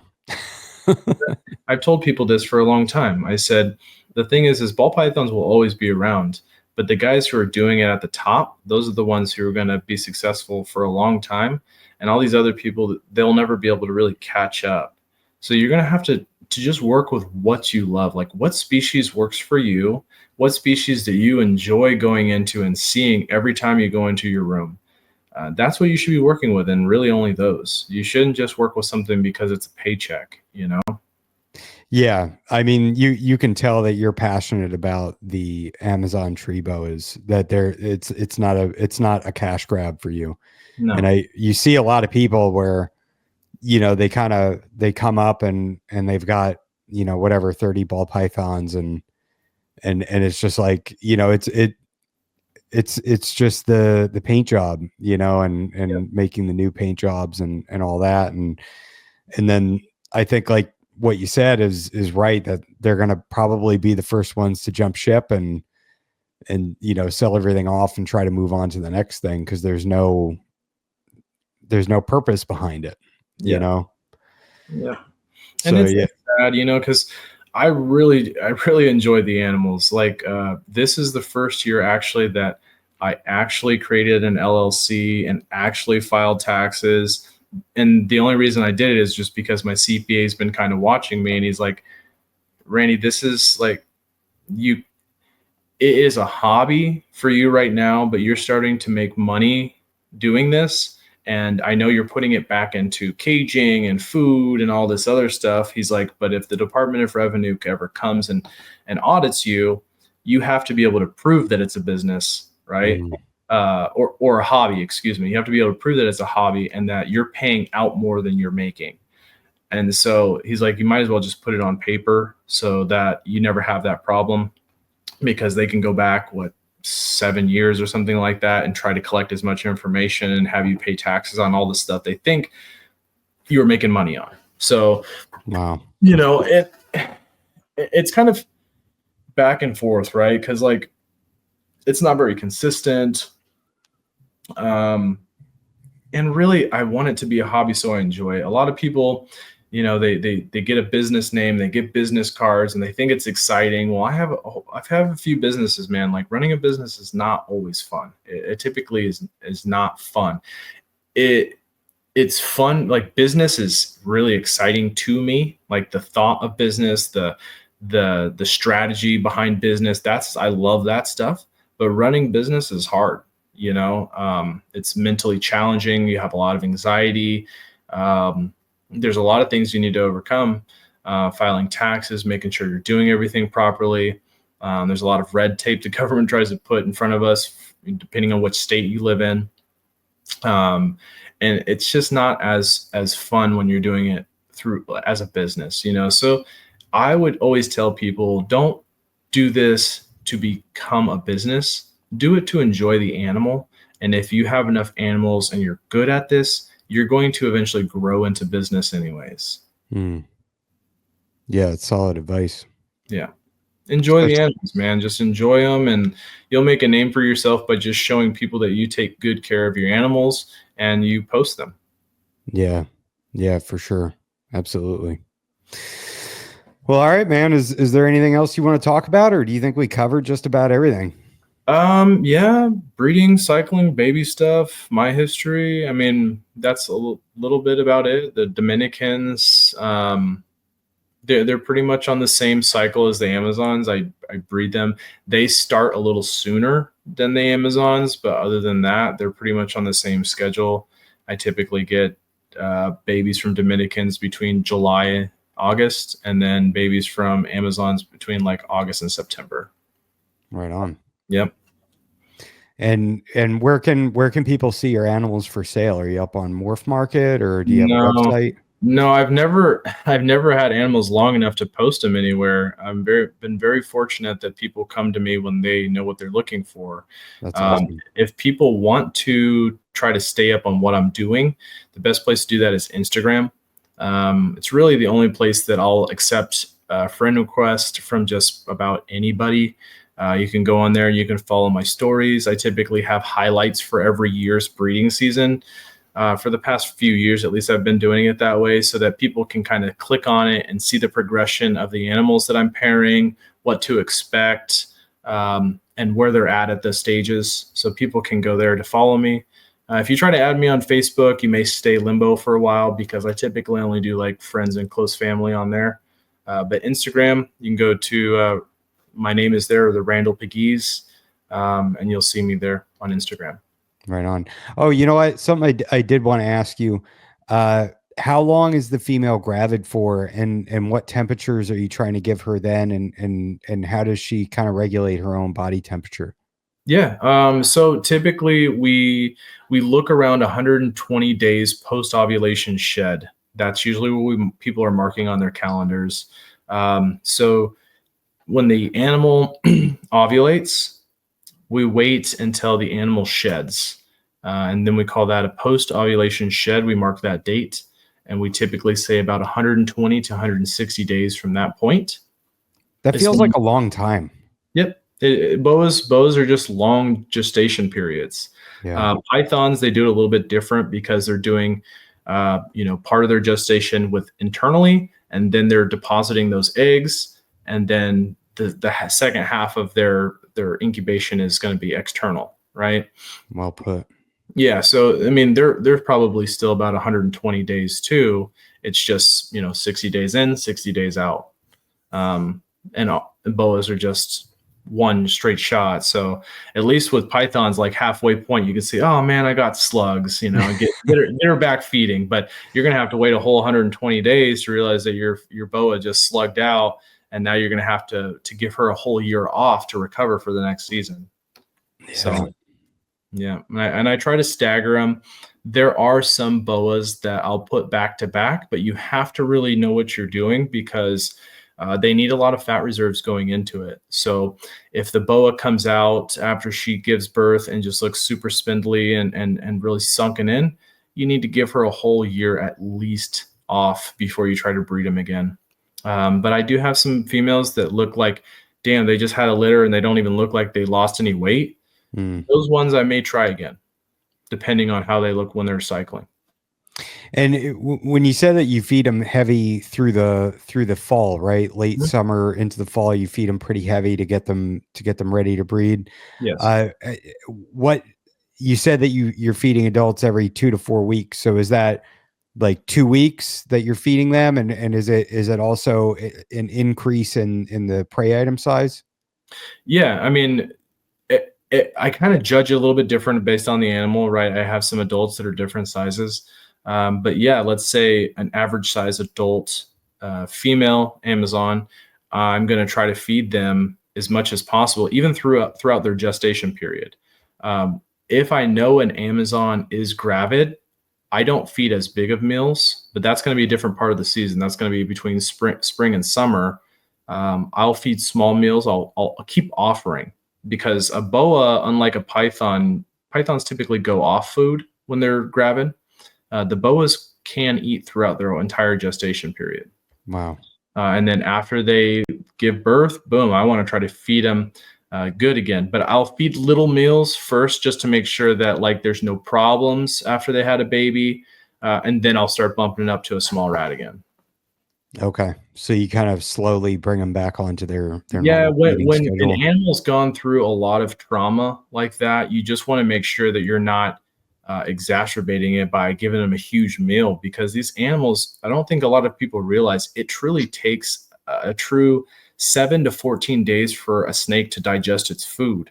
And their hearts enlarge. I mean, their organs can get bigger. There's a lot of physiological different changes that are happening within their body that need to kind of subside before you feed again.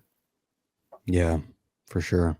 Do you keep your chondros the same way that you keep the Amazons Yep. on like the cypress and all Yep.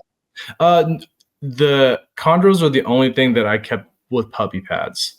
Okay. Um, just because I didn't want to have to worry about anything. Sometimes you'll see a green tree python nuzzling down its nose into the cypress, and then it gets stuff all in its mouth. So like I said, the chondros, they're just a little bit more finicky. So I just kind of keep them a little bit more simple. Now, you think that they're finicky when they're younger though, or do you think that they're finicky no matter what, any age? Definitely when they're younger. Um, Between like 2 and 4, they're pretty hardy. Females don't do very well as an adult to move around much. So like if I had 3 females that I shipped out, I knew at least one of them would have problems, and I was right. The female passed. She had no problems at all in my collection for the past 6 years. Wow. But because she just changed hands, she just couldn't handle it. So Jeez. some of these animals, we have to realize that, like, yeah, I think was it Bill Stiegel or Marshall Mendes? One of them was saying that, like, I think they've had like a 20% success rate shipping adult females out. Like, it just doesn't work Oh, really well with green tree pythons. that's wild. Yeah. That's terrible odds. Like Hmm. you might as well not even do it then. Yeah. So the males, if and so when people try to get into green tree pythons, that's the best time to get them, is between like a yearling and like 4 years old. Males, it's not as big of a deal. They can kind of, we haven't seen as much problems. And like I said, I shipped 3 of those females out and only one had problems. So, that's, like 33% right there or whatever, it's so they couldn't, but there's always a possibility with the green tree pythons that they're just a little bit harder than some of the other species. Yeah, for sure. Yeah, but if you have one as a yearling, you raise it up, you're not planning to breed it, it's actually one of the easiest snakes to keep. And why do you say that? Because I've heard Ryan say the same thing. What makes you Because feel they're okay, easy? so it's a snake that just stays on a stick like this, right? So you can literally go in there and the snake is not even worried about what you're doing. You can take the water bowl out, you can change underneath without having to even touch the animal, put everything back together, and the animal stays in the same spot. The animal is going to be in the same spot every single time that you go in there, except for maybe at like late at night, unless there's something wrong with the animal or the animal's kind of coming into a breeding cycle. Hmm. Like green tree pythons are pretty predictable, and they are really easy as long as you're not trying to breed them or move them around too much. All right. Get their parameters set, like discus. People are like, man, discus fish are like the hardest fish to keep. If you set them up correctly, they are super easy. Hmm. How do you keep your discus? Are you doing like obviously I'm assuming you're doing RO water, or you do it like No. how often? Oh, you're not?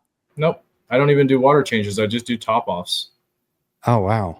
I keep So, a heavily planted tank that's been okay. established. It was established for over a year before I even put my first discus in. Wow. I go really slow and I build my beneficial bacteria up, and then I overdo it with my filtration. For the Uh, nitrogen. yeah. So then that way, if there is a small problem that it's, and you want the bigger the tank, the better, because if there is a problem, it's not going to just sway the whole tank really fast. You have some time to kind of figure it out. Like I said, I keep easy with my fish too, man. Like I don't do water changes unless I'm like medicating the tank, and I just follow the instructions there. But I only top off the tank twice a week because I get enough evaporation that I need to put fresh water in about 5 to 10 gallons a week, something like that.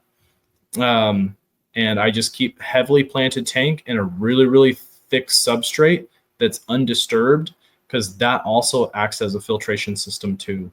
For sure. Yeah, that's where all your nitrogen's getting stored away. What size aquarium do you have? This one for my discus is just a 75. I got Okay, 6 discus in there.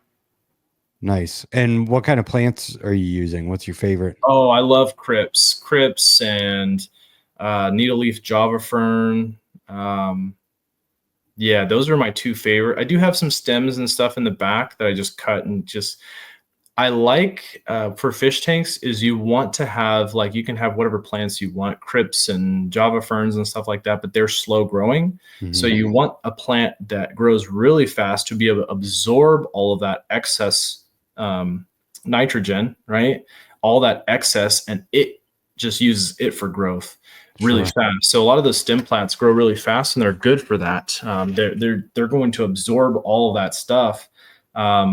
And the excess carbon dioxide and everything from the fish, like they love it. And then they're going to give off fresh oxygen, and they're going to keep the water purified and clean. Plants are probably one of the best things you can do in a freshwater tank. For sure. For sure. What and for our ecosystem, for our planet. It's Oh yeah. especially like here in Florida, it's so important that we have plants in our wetlands and everything for that exact purpose. Yep. So what else are you keeping in there, or is it just the discus? Oh, so I started off with green neons. They're very similar to like a neon tetra, but they're just blue and green. Hmm. Um, and they're a little bit smaller. So I started off with green neons. I have some panda cories. I have some shrimp in there, and a couple rummy nose tetras, and like one Siamese algae eater. And then the rest are just the 6 discus. They're the centerpiece fish. And it's cool to see like the schooling fish kind of go in and around the discus, but the discus really are the main centerpiece. When you look at my tank from afar, it's like this big green mass of plants in the middle, and then these, like, it almost looks like Christmas ornaments just kind of floating around the tank. You know what I mean? Like, it's just, man, it's pretty mesmerizing. Pretty Yeah. rewarding keeping those fish. Yeah, I don't have any tanks right now, but my oldest is like, he really wants to start keeping fish, and I was telling him Mhm. like it would be cool if we did like an Amazon or something, Yeah. kind of pick a part of the world and then devote to that. Yeah, there's a guy on YouTube that you should check out, MD Fish Tanks. Okay. He does a lot of like, I like just keep it simple, you know what I mean, and make it easy. And he does like the big deep substrates and lots of plants and small fish, right? Yeah. And so that is such a good way to do it, because then you don't have a lot of waste. You don't have to do a ton of water changes. The first year I set up my tank, I was doing a water change on the tank at least once or twice a week, Yeah. right? I want to make sure I'm staying on top of that. And then as the tank gets older and older, I kind of just stop doing that as much. And after the tank hit about a year and a half, because I added my first discus before I started, a year and a half, I stopped doing water changes. I just said, I'm just going to top it off, and I'm going to watch everything and see how it goes. And that's what I've been doing since I think this is the third year now. Nice. And what are you doing for filtration? What's your preferred filter? Yeah, the Owaze is like the bee's knees when it comes to the filtration system because it has a built-in heater as well. Oh, wow. So yeah, it's a really nice canister filter. All of the like aquascaping people use Owaze, and it has a what's called a pre-filter. So instead of having to always take everything apart, the bigger ones have pre-filters, so you could just unscrew it and take the pre-filter canister out and clean those more often, and you don't have to clean the actual canister filter as often. I probably clean the canister filter maybe once or twice a year. Wow.